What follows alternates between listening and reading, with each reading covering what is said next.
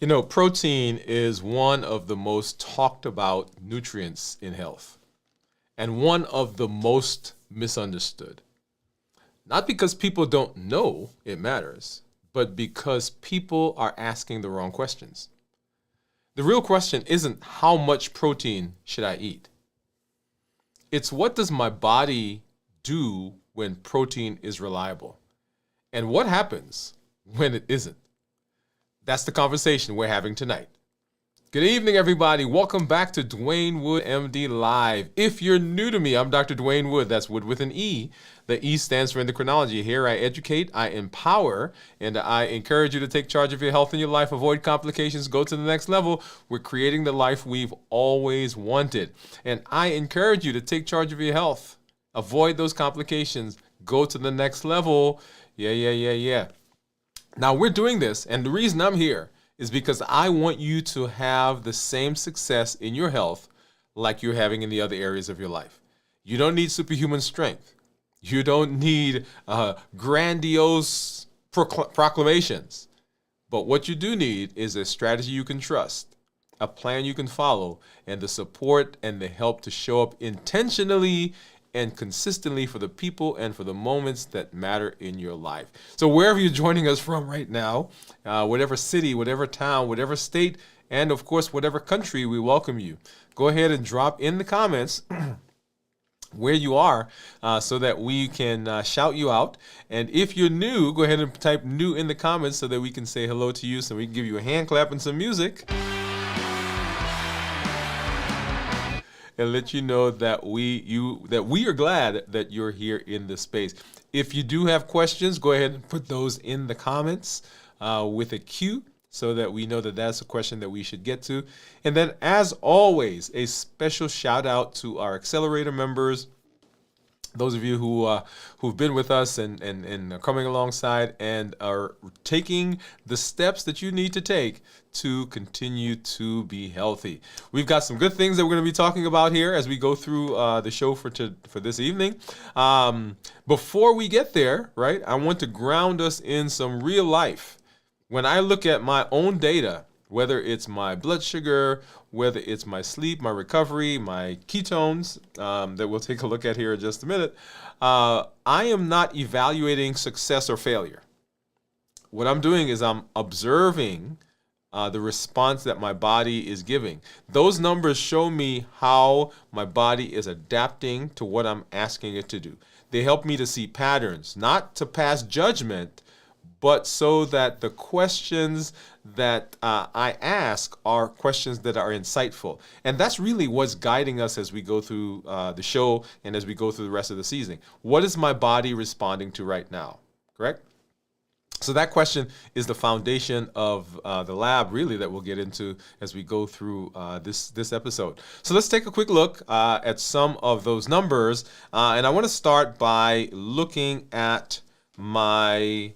let's see. Let's do this. Let's look at this is my Freestyle Libre that you're looking at right now. And you'll see right now it says that my blood sugar is 79. And over the course of the last 24 hours, let's see, right about there. Let's see, what time was that? That was 3 this afternoon. Right here is lunchtime. And so between lunch and about 3 o'clock, you see that spike that went up from 103 up to 100, and then back down to where I am right now, right? So that's the last 12 hours.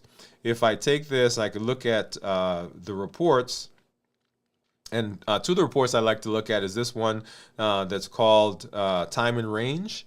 And so the time and range tells me how often I'm in the parameters, within the parameters that we've set.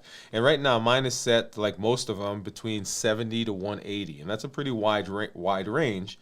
So 99% of the time I'm in the range. 1% of the time I'm above that range. If I look at the 90-day average, and the 90-day we look at because that is where our A1C comes from, right? So if I look at the 90-day average, I'm in target 95% of the time.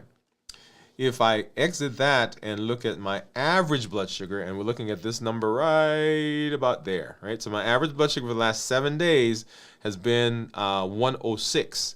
And my sensor went out. If you saw when we did our check-in last week, we were traveling, and my sensor went out, and I thought I had another one. But anyway, we were out of the country, and so didn't have sensors for the whole time.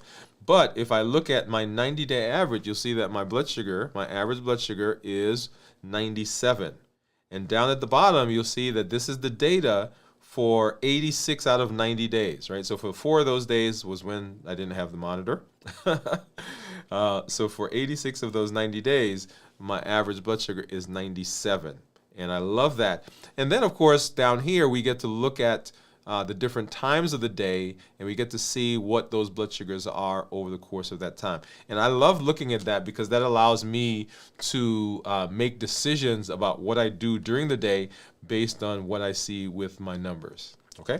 And then let's get out of this one. And now let's go over to the Dexcom. Now, you'll notice that the Dexcom, and I had this in the office several times today. I had people saying to me, hey, well, my blood sugars are different on the monitor, on the whether they had a pump or the finger stick. And so what I did was like we're going to do here, I pulled out my monitors. I had my Libre, I had my Dexcom, and then I had one of our team members do a finger stick in the office so that they can see that there is a range. And remember, they can be about 20% different from each other. Okay. So let's go ahead and let's take a look at what's been going on over the last 12 hours, just like we did on the Libre. And you'll see for the most part, well, let's go back here for a second. For the Libre, we were in the 100s, spiked up as high as 151, and then back down. And so right now we're 83 according to the Libre, and we're 117 according to the Dexcom. And so that gives us a wide spread of 30 points or more. And so let's go ahead and let's do the same thing if I scroll through. And so as I look at this, in my mind, I am saying, okay, well, I know that the Libre is 30% or 30 points higher than the Dexcom, so my blood sugar really is about 100. And okay, so you don't have to do that calculation, but just so you have an idea. And so right about here, remember on the Libre we spiked up to about 150. Here we are 192, and then back down. And then if I look at the report, this is my summary. Over the last 90 days, 122 is where I am in terms of my average. We usually tell people between 100 and 120. And my GMI, or my glucose management indicator, is 6.2 with time in range being 96%. So that's, so I love that. And then let's go ahead and let's make sure I got all my stuff here. So let's look at my monitors. So I've got a Keto Mojo, I've got a Contour. I'm gonna get a couple of Lancets out, because we'll use those to do finger sticks. I need a blue for ketones. I need a brown, blue for ketones, brown for blood sugar. Get that back. And then, of course, I have to get a strip here for the Contour. Let's just see what those are. And you can go ahead and drop in the comments. What do you think my ketones are going to be, right? So we've not been fasting since last week. Let me go ahead and open this one up. And this is the test strip for blood sugar. While that's doing, I'm actually going to go ahead and open this so I'll have it off to the side like you guys know I do. And then, of course, just grabbing a Lancet and finding a finger. And we've been picking on that one, so let's go ahead and keep doing that. Ow, ow, ow. And here is the Contour. Here is the Keto Mojo. And then let's go ahead and do this one while we wait, so you can see what the... so 89 and 90. And so you'll see that those are much closer to the Freestyle Libre, which is right here, than it is to the Dexcom. Because the Dexcom right now is saying 117, this is 89, this one is 90, and the Libre is 83. Now, of course, I've been talking, and what I should have been doing is getting my ketone strip going. Hopefully I won't have to stick myself again. But if we do, that's okay. Let's see. You think it'll get it? No. I think I'll have to just do another finger stick. That one looked like it was a little too dry. All right. So that's what I get for not going right to it. There we go. So brisk drop. And let's go ahead and get that over there. And grab something over here. All right. So that gives me my ketones. So ketones that are, and let's use so ketones that are less than 0.5 are considered normal. 0.5 to 1.5 considered nutritional ketosis, and we're not in ketosis right now, which is expected because right now we're not fasting. All right, so let's go ahead and I just spilled something here real quickly, so let me get that up. All right, because you do not want liquids around electronics. Correct? All right. All right, and so that's where we are. That's where we are right now. Let me do a couple things, and we're going to say hi to our community members. And I see you guys out there, so let's do that. And I see Gian out there. Gian says, "Hi, Doctor and LLG. What's going on, Gian? Thank you for coming through and hanging out with us. I have missed you guys, right? So." You know that we've been off. We're off for a week, and I was off traveling, celebrating my birthday. As you guys know, I go away for my birthday at the beginning of the year, and so we were doing that. Last week, and had an amazing time. If you've been following us, you saw some of what we were doing. You saw some of what we were doing on our Instagram and on our Facebook page. So if you've not done that, you can go ahead and go ahead and look through those, and you'll see some of those. I'm just doing one thing here really quickly, y'all. You'll see some of that information or some of the things that we were doing.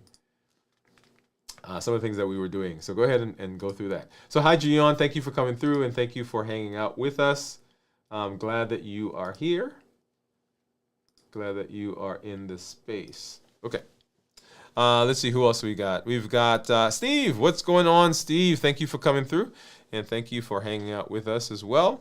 And Gian is saying hello to Steve.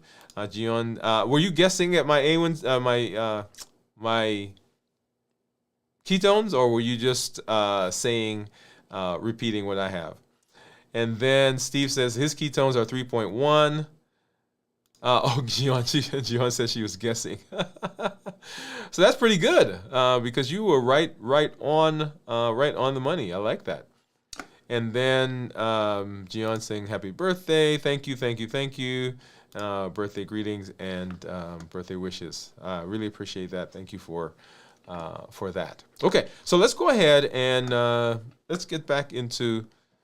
Let's do something here. Let's do this one. I think this is the one I want. And give me just a sec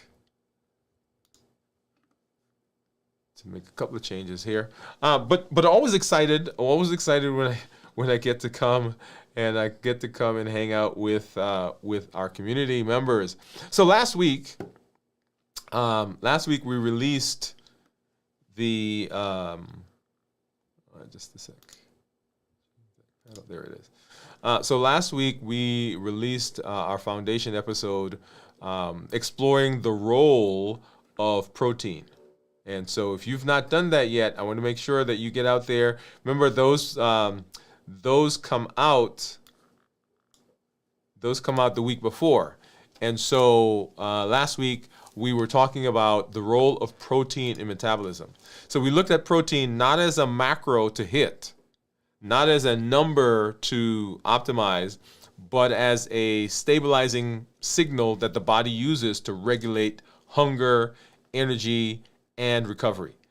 And so tonight's conversation follows directly from that episode that we had. This is where we slow things down and we watch how those signals show up in real life. Because it's great to have the idea, but how do I recognize that in my daily life? So let's go ahead and let's jump into our lab. As you know, we've been doing our lab section, so let's go ahead and do that right now.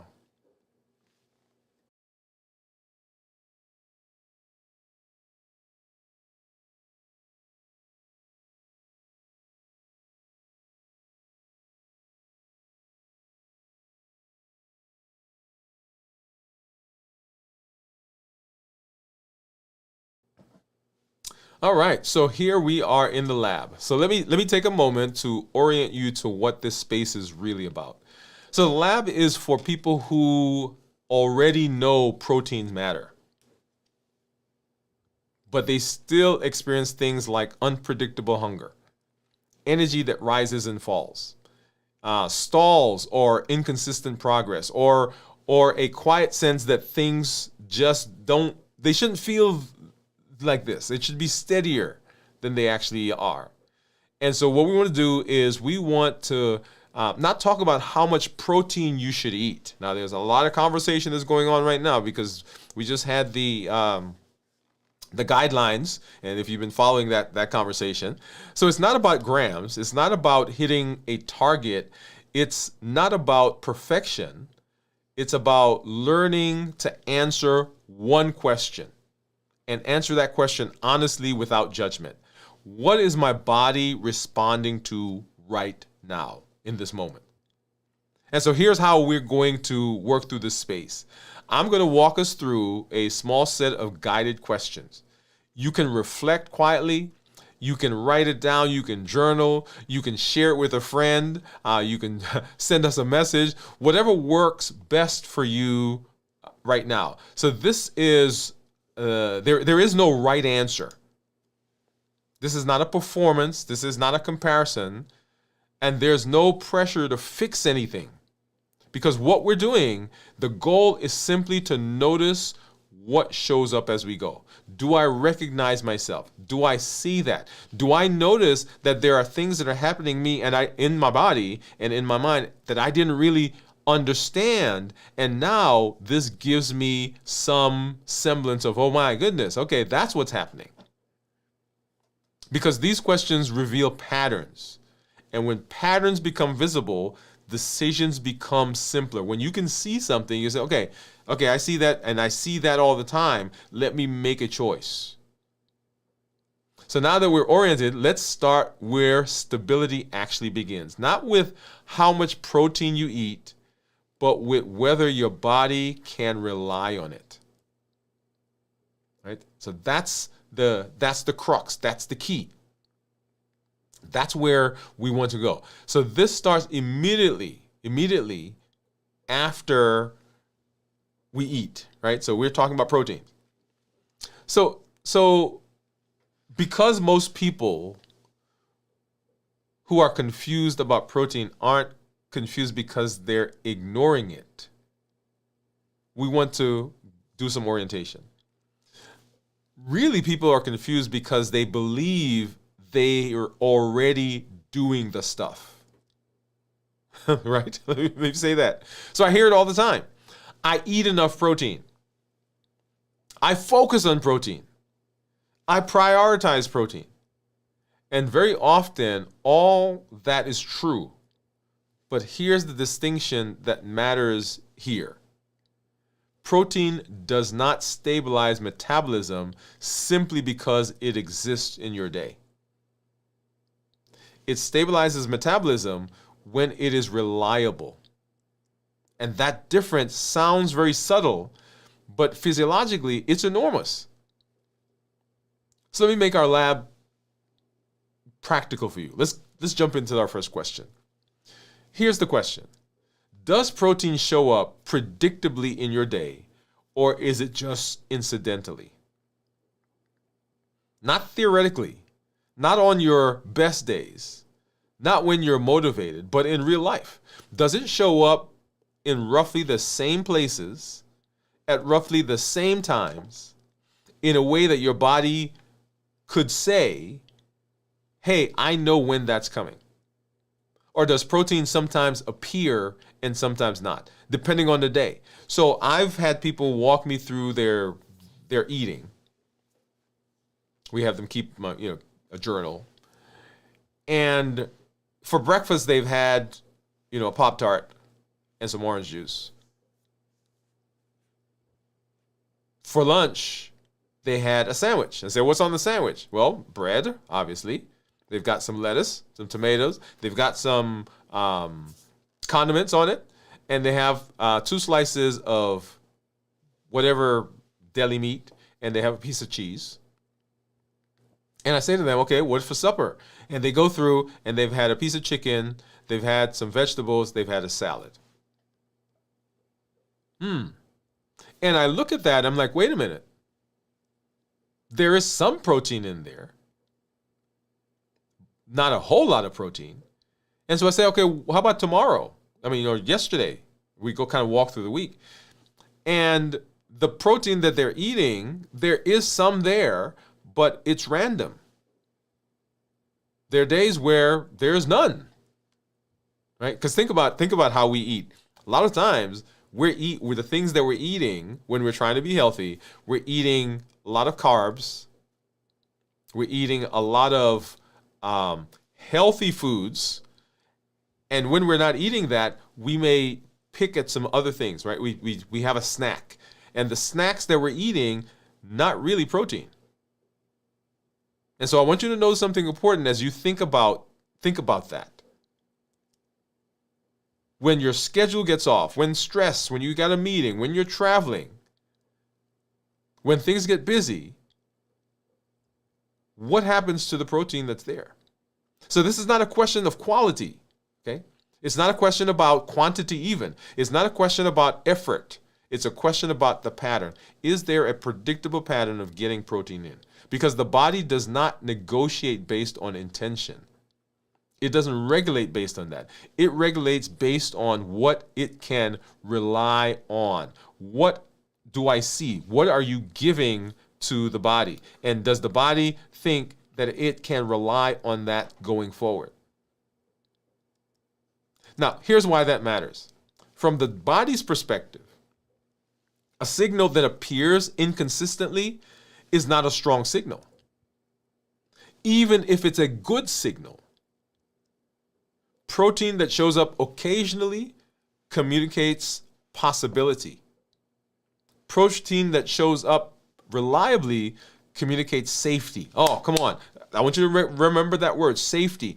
The body's job, the brain, the mind, the nervous system is always looking for safety. When the body is safe, then things happen that facilitate better health.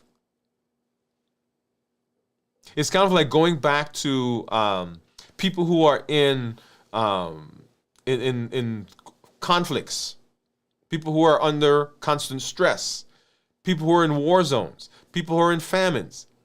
If you look at them, their body does not live in a healthy state.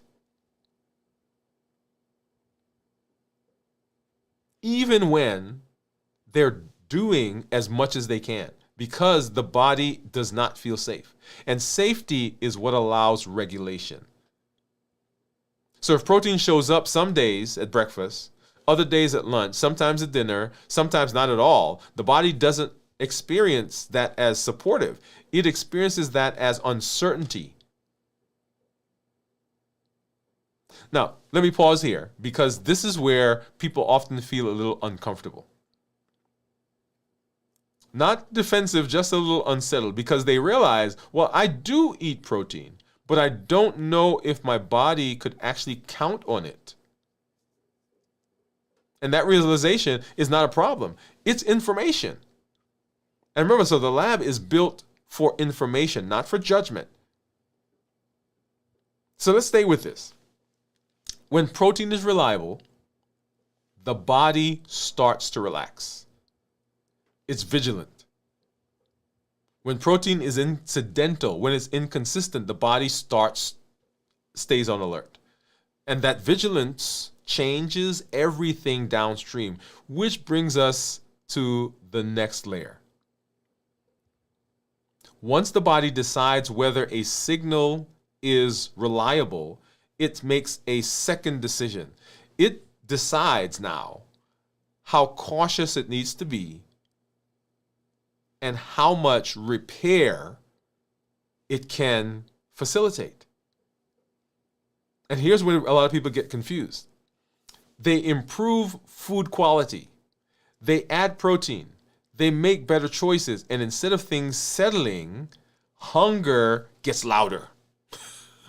So you're drinking the protein shakes. You're making the smoothies. You've added the chia seeds, whatever you do, right? And you're like, man, this needs to be good. But why am I hungrier? Energy still feels fragile. Progress feels harder to maintain. And the immediate conclusion people draw is protein must not be working. But it's not that protein isn't working. That's not what's happening. So let me mark this second lab question. When protein is present, does your body, your nervous system, your regulatory system actually settle, or does it stay alert? Because protein does not calm hunger by force. It calms hunger by reducing that alertness that the body is in. If your body still does not trust when nourishment arrives, how recovery happens, what resolves demand, then hunger stays alert. Remember what hunger is. Hunger is your body saying, I need energy. So even though I'm putting stuff in, if my body is still in that nervous, anxious, worried, stressed state, guess what? It's still going to make you hungry, regardless of how much protein you're putting in. The energy still stays conditional because it still thinks that it's not safe. So regulation does not settle. This is not because protein is ineffective, it's because the regulatory system, the protein is entering, it still feels uncertain, it's still surrounded by other things that are causing the body to be heightened. And so the body responds to uncertainty, to anxiety, to stress the same way every time. It prepares. It says, I don't know what's going to happen, so let me just, it's kind of like having a dog or being out in the wild and an animal senses danger. Do you have a pet? Right? When the pet senses danger, it's not just laying around hanging out. Well, at least you hope it's not, right? Particularly if it's a guard dog or something. You hope that joker is up on, right? The ears are pointed, the tail is out, and it's just looking.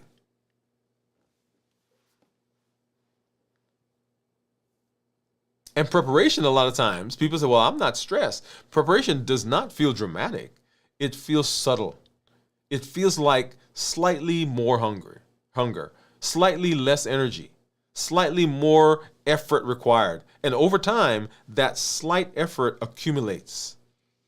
And people say things like, it shouldn't feel this hard. I'm doing the right things. I don't understand why my body isn't cooperating. But cooperation requires trust, and trust requires repetition. And this brings us to one of the most common mistakes people make at this point. When stability doesn't show up, most people assume the answer is to push harder, to try harder, to do more. And that assumption feels logical.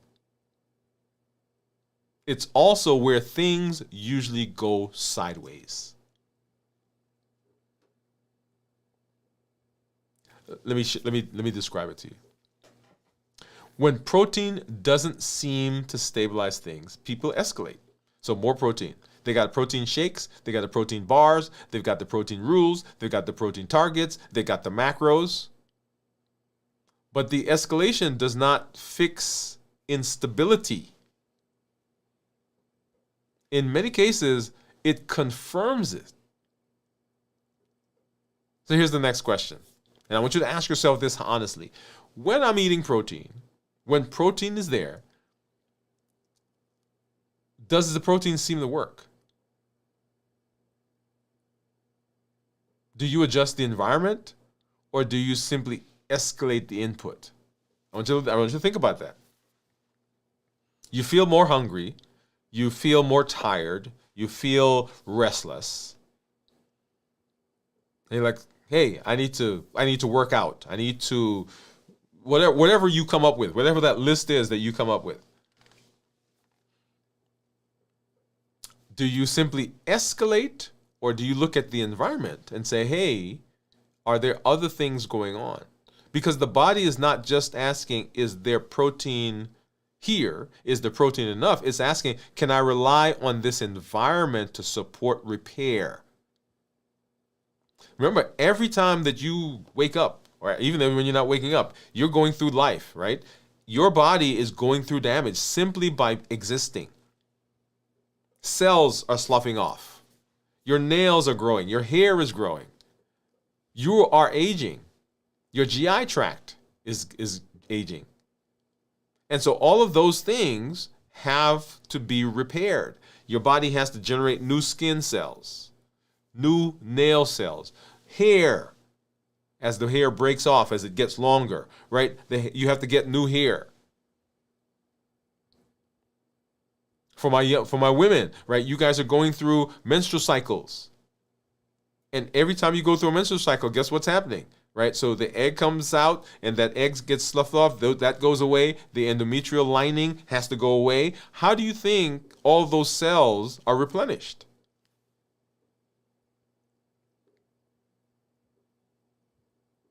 Right? So it's going through this process. And so the repair process, if that is not functional, if it's not consistent, if the body is not, it's kind of like being at your house and you don't take care of stuff, right? After a while, you begin to see things degrade. So if your body is not able to take care of the things around you because it is vigilant, it's a hyper, it doesn't know when protein is coming in, guess what's going to happen? It's not going to go repair stuff. Dry hair, dry skin, brittle nails, menstrual cycles that are not functional, fatigue, muscle wasting. All of those things are happening. And we're thinking, man, I'm taking in a lot of protein. Why is this not working? Well, it's an environmental thing. Does the environment support repair? Escalation increases decision making. Okay, let me make sure that I'm getting something for breakfast, I'm getting something for lunch, I'm getting something for supper. Did I take enough protein yesterday? That's more cognitive load. Performance pressure. Oh my goodness, I'm tracking it. I've got the app. Oh, the app said that this week I didn't hit my target. A pressured system does not relax. It tightens. So people end up doing more while feeling less stable. So that's not a failure of discipline. It's actually a mismatch between the question the body is asking and the answer the person is giving. The body is asking for reliability, and it gets escalation. It gives intensity. Intensity amplifies uncertainty, and reliability reduces it. That difference matters more than most people realize. So now that we've named reliability, vigilance, and escalation, we're ready to slow it down even further.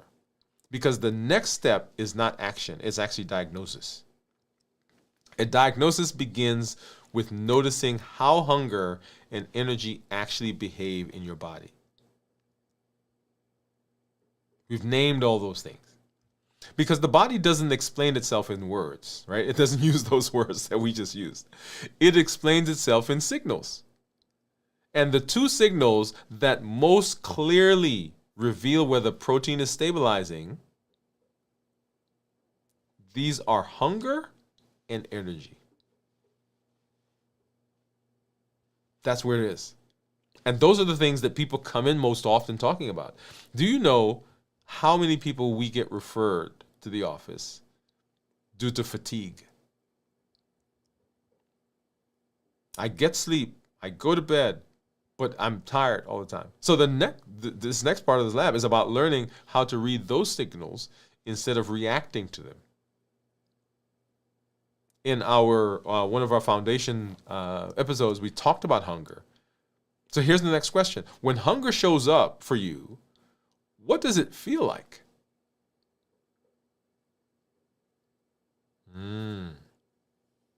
Everybody thinks they know what hunger is. Not how often it happens, not whether you like it, but its character. Is it sharp? Is it clear? Does it point towards eating something? Is it a craving? Does it come in waves? Does it hit and then resolve? Or is it vague? Background noise, always there. A low-level sense that you could eat at any time, but never quite feeling like you're finished or full. Or you've eaten, and before you get up from the table, you're thinking about, okay, what am I going to eat next? That distinction matters because regulated hunger behaves differently than hunger that is based on anxiety and vigilance. When protein is stabilizing the system, hunger tends to be more specific, more time linked. It is breakfast time. It is lunchtime. It is supper time. So I'm going to eat. More resolvable. So I eat something, it goes away. It comes, it gets addressed, and it quietly goes away. When protein is present but not stabilizing, hunger often feels persistent, less specific, hard to fully satisfy. People describe it as I'm not starving, but I'm never quite settled. I'm never quite satisfied. That's not a food problem. That's a regulatory system problem. It's a signaling issue. It tells us the system does not yet trust the nourishment reliably to resolve this feeling of demand. And when resolution is uncertain, hunger stays alert. Now, I want you to notice something important. The hunger is not asking for more food. Ooh, come on, come on. It's not asking for more food. It's actually asking for clarity. It's asking for consistency. It's not telling you, hey, go eat another hamburger. Go eat another piece of chicken. Go get me more protein. That's not what it's saying. It's saying what you're giving me would be appropriate if it were consistent, if I could rely on it. If I can count on the fact that this is what's happening and this is when it's coming.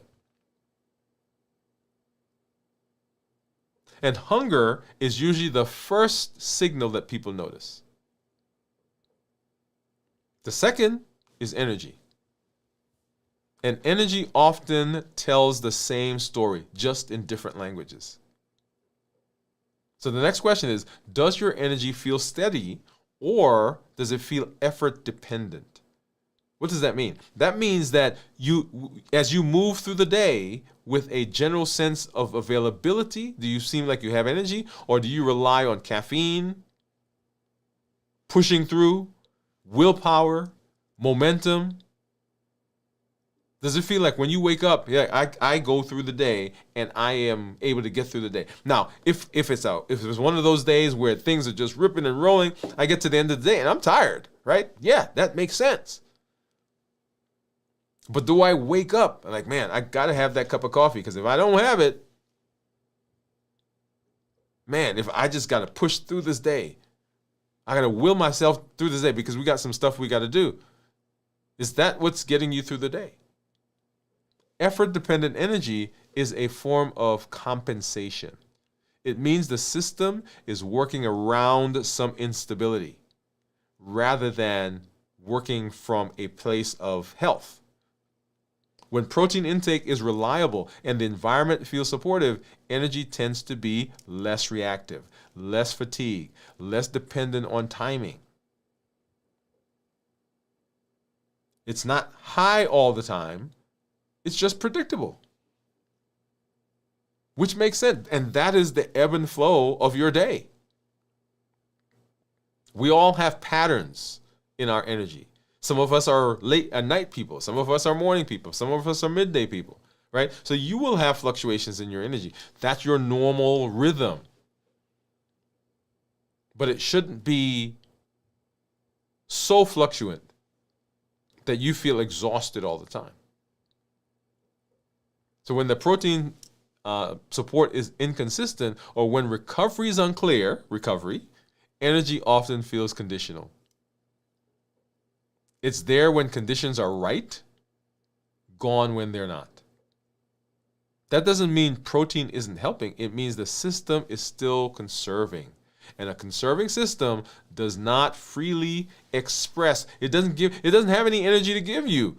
Well, I shouldn't say it doesn't have any. It has, but it's protecting it. It's holding on to it because I don't know when I'm going to need it. So notice how these two signals work together. Persistent hunger plus fatigue or fragile energy point to the same, often, underlying issue. The body does not feel settled enough to release.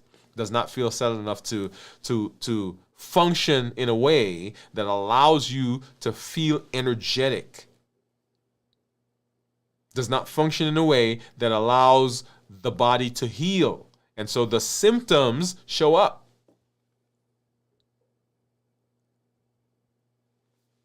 Now, that brings us to one of the most overlooked factors in protein stability. This is where things often click for some people. So let's walk through this together. I want you to ask yourself this. Is protein tied to routine or to decision making? In other words, do you know without thinking where protein fits in your day? Or do you have to decide every time? Is there a pattern? Is there a plan? Is there a schedule? Because decision making is a form of demand.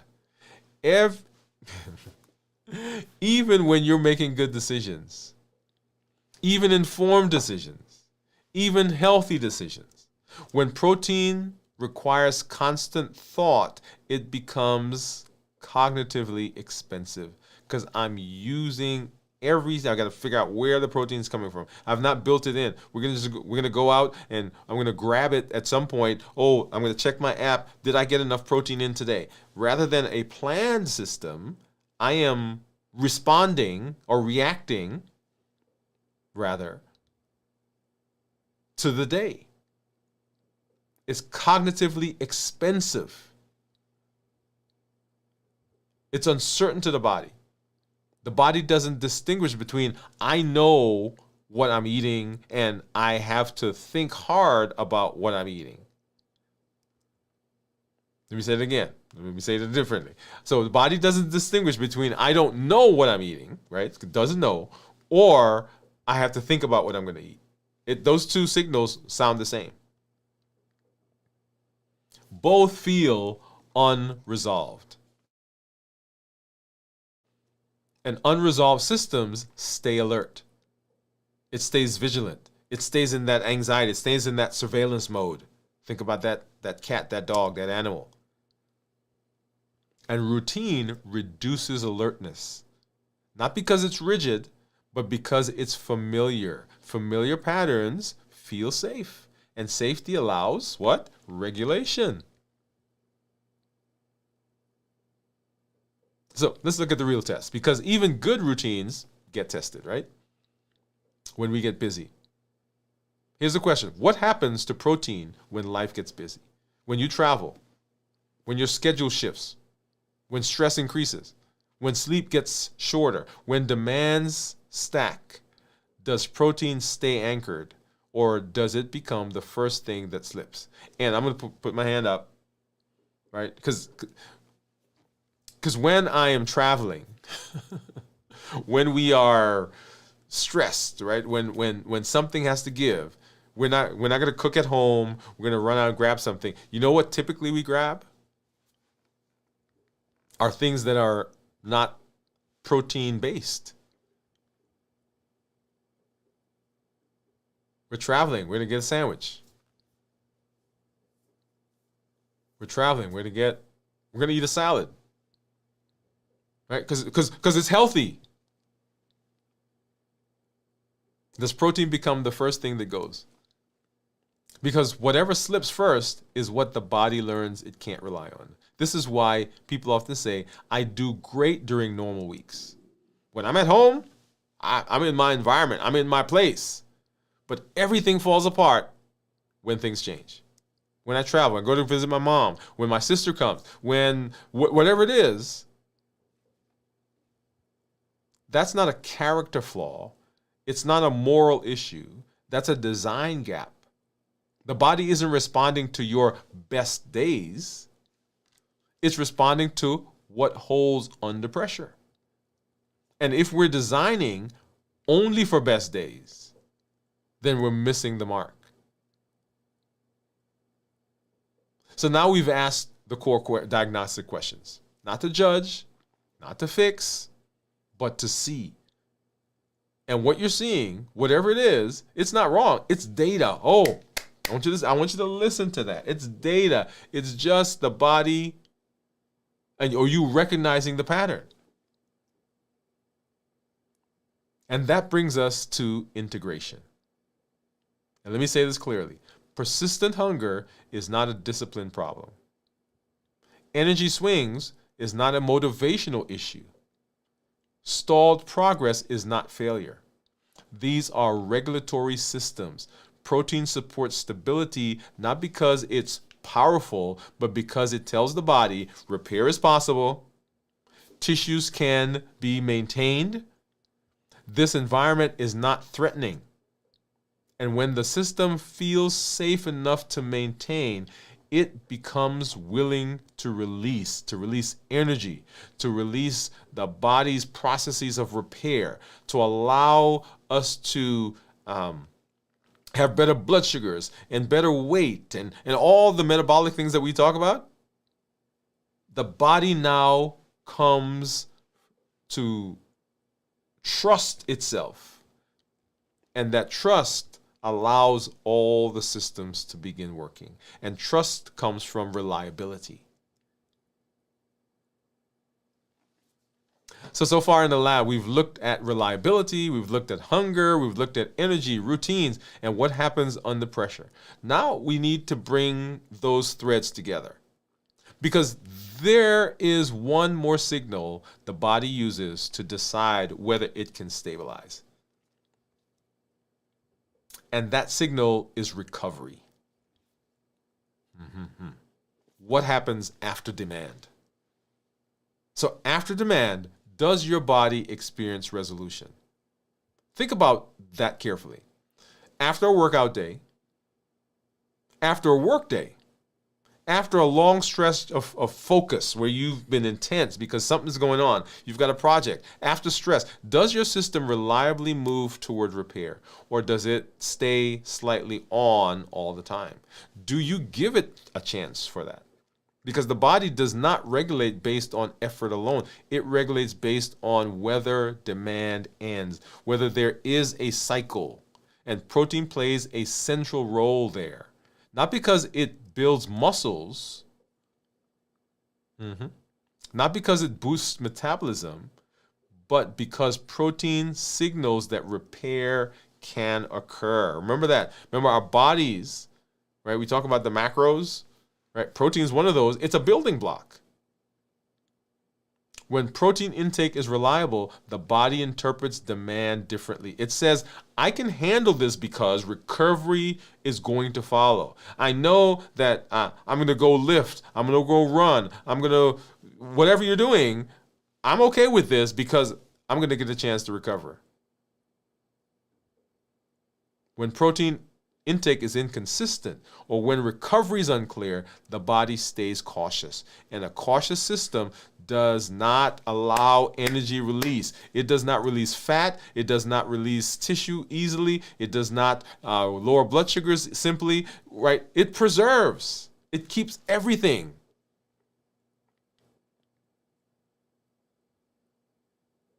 So why can protein still be there and the body still fail to or stabilize? This is where sometimes getting stuck happens. They say, but I'm eating protein. And they are. But protein alone does not create stability. It comes from context. Protein stabilizes best when time is predictable, recovery is reliable, routines reduce decision load, and demand resolves consistently. When those conditions aren't present, guess what? Protein, you can eat protein all you want. Protein enters the system and the body is still asking, is it safe? And if the answer to that is unclear, the body's regulatory system prepares and it's vigilant. And so hunger, fatigue, being vigilant, being hyper, being up all the time, being on all the time, that's not a malfunction. That's actually protection. So what's the difference between maintenance and escalation? Now that we've named the critical distinction between having protein and having, the protein being there to be able to do what it does, or protein being there and the system not working. We need to name that. Because this is where people unintentionally work against their own physiology. So here's the question. What do you do when stability doesn't show up? When things don't seem stable, do you escalate or do you adjust? Escalation sounds like more protein, stricter rules, tighter tracking, higher intensity, adjusting, right? So all the stuff. Adjustment sounds like simplifying the structure, improving predictability, anchoring my routines, becoming more simple in what I do, supporting recovery, getting rest. Escalation assumes effort is missing. So if things aren't working, then there must need more effort.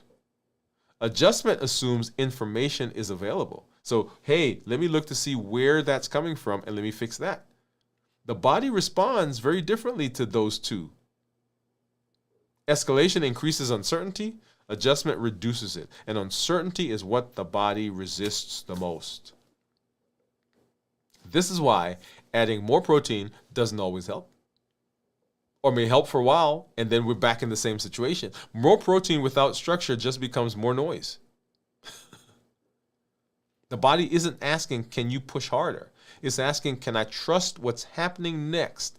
Trust is built through repetition, not optimization, not perfection, it's built on repetition. So let's ground this. When protein is stabilizing the system, people often notice hunger feels clearer. It's indicated. Okay, this is when it happens, not louder. Energy feels steadier. Not that you won't have fluctuations through the day, but it's not all day. Recovery feels more complete. When I rest, man, I feel refreshed. I'm going to get tired because I'm going to go work or I've got some stuff to do, but when I get rest, it is good. Decisions feel simpler. I don't have the foggy brain. Nothing dramatic, nothing flashy, just easier to maintain. That's how regulation shows up. Quietly, reliably, without force. And when those things are absent, it doesn't mean protein isn't working. It means the system around it needs refinement. So this is the shift I want you to hold on to. Design does not start with action.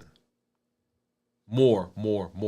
It starts with accurate interpretation. What is my body responding to? Before changing timing, before changing amounts, before adding more strategy, you have to understand what your body's responding to right now. That understanding is not a delay. It's the first layer of design. Let's bring it all together. So protein is not a tool for forcing outcomes. It's a signal that supports regulation. When proteins when protein intake is reliable, when recovery is predictable, when routines reduce demand, the system, the regulatory system settles. It calms. And when the system calms, hunger becomes proportional, energy becomes steadier, progress becomes easier to sustain. When those conditions quietly erode, the body adapts. Adaptation is not judgment, it's information. And information, when read correctly, like in the lab, gives you power. Not urgency, not pressure, it gives you clarity. So if protein has felt confusing, if hunger hasn't behaved the way you expected, if stability has felt harder to maintain than it should, nothing's failed. The system adapted. And now you know what to look for. That's the work of the lab. That's the work that we do here. We're recognizing patterns, because patterns, when we can see them, then we can make decisions. Thank you for joining me here in the lab. We'll see you on the other side.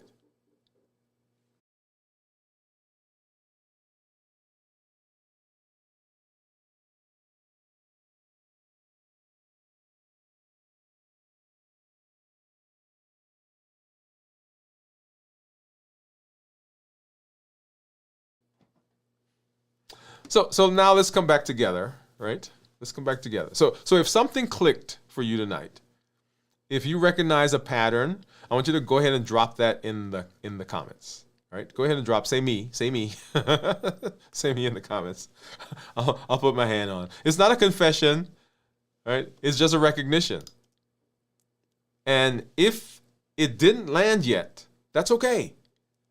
Insight often shows up later. When you're cooking, when you're walking, when you're lying in bed, that's where design begins. That's where things are happening. We want to understand first before we implement. That's the basis of designing. Let's go ahead and let's say hi to some of our community members. Let's see what you guys have been saying out there. Let's see. So Gian said, let's go back. Okay, so we talked about Gian. Great, Steve. Steve, you don't have any carbs on your meal. Did I miss something? Okay, I guess it was perfect. Okay, so no, just talking about, I guess, what we were talking about. Very few. Great, Steve. I'm always struggling with carbs. Right, carbs that's a big one for a lot of us, right? Because when we eat, that's what we tend to go to. That's what we gravitate to, and there's a whole reason for that, right? Because those carbs, it's instant energy, and because of the fluctuations that happen when we eat carbs, the body puts out a lot of insulin. And so our blood sugar spikes, and the insulin comes out, and the blood sugar goes down, and that fluctuation can cause you to be hungry, and it makes you crave. And what do you think you crave? You don't crave like broccoli or celery. You crave more carbs. Okay, so that is that's the hidden danger that we don't realize with the carbs, right? We eat carbs because the carbs satisfy us. It gives us that push of energy, but that process itself leads into the process that causes the cravings, which feeds back into the carbs. And not only that, but now we've got into all kinds of other metabolic issues with hyperinsulinemia, causing weight gain, causing all the downstream things that we talk about with insulin. Okay? All right. So good. Let's see. Carbs. Gian says, thank you, doctor. You are welcome. Teresa says, hey, doctor and everyone, what's going on, Teresa? And Teresa saying me. That's right, Teresa. I'm raising my hand. I'm raising my hand right there with you because I see myself in there.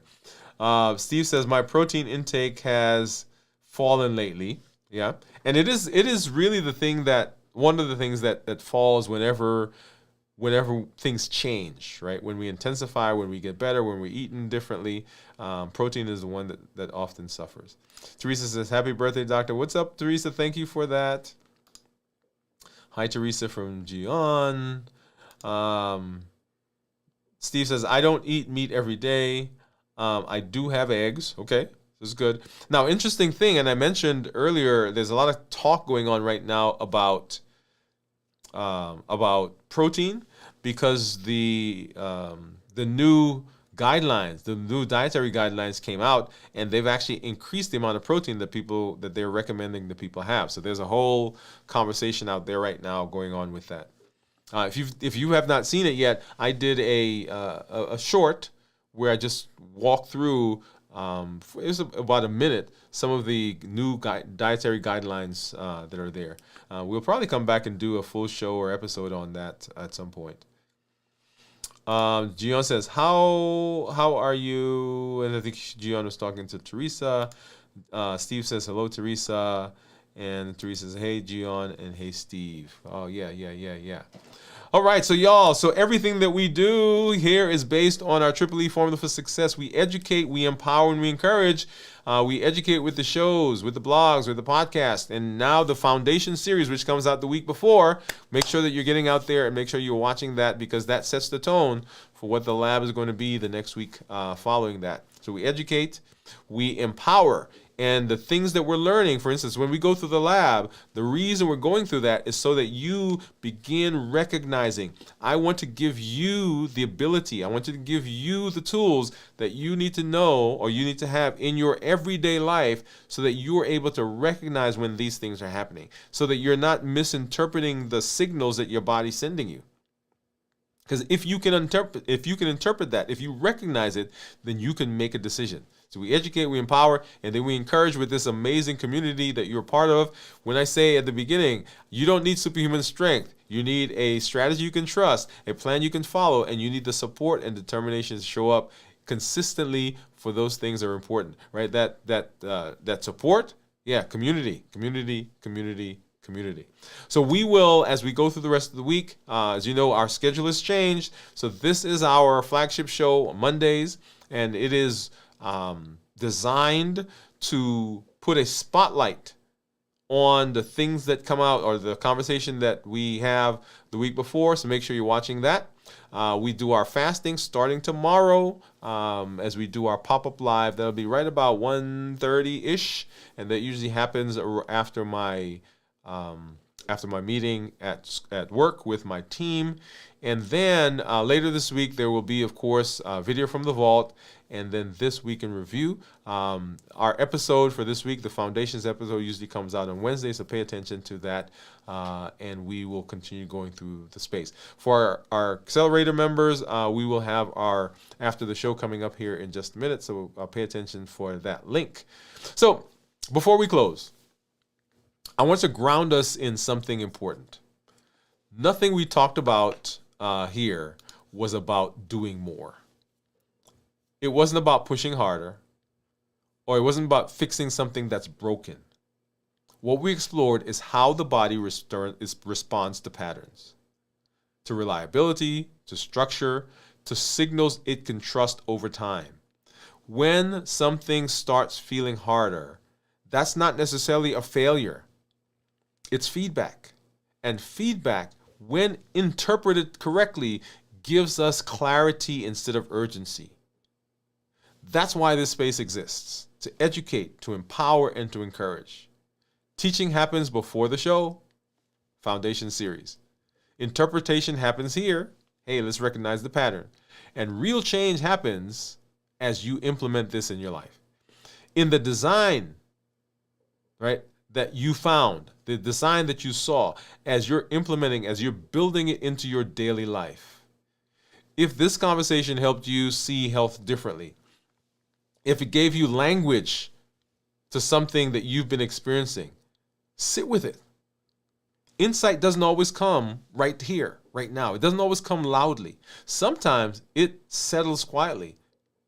And if you want simple ways to keep reflecting on these ideas, other ideas during the week on health, I send out the Woode Life Design Brief. It's a short the weekly health nugget that comes out. One focused idea, no hype, no overwhelm, just something to help you think and design more intentionally. DwainWoodeMD.com/briefs. DwainWoodeMD.com/briefs. I'll drop that in the comments here as we head out. Let's go over here. Yeah. So we'll drop that in the comments. I want to thank you for showing up for your health. Thank you for being a part of this community. Thank you for all that you do, and thank you for making a decision that you want to be healthy. Hey, this is Dr. Dwain Woode. That's Woode with an E. The E stands for endocrinology. Here I educate, I empower, and I encourage you to take charge of your health and your life, avoid complications, and go to the next level. We're creating the life we've always wanted. Remember, you don't need superhuman strength. What you need is a strategy you can trust, a plan you can follow, and the determination and the support to show up consistently for those people and for those events that are so important in your life. Thank you for being here. We'll see you, everybody. Good night.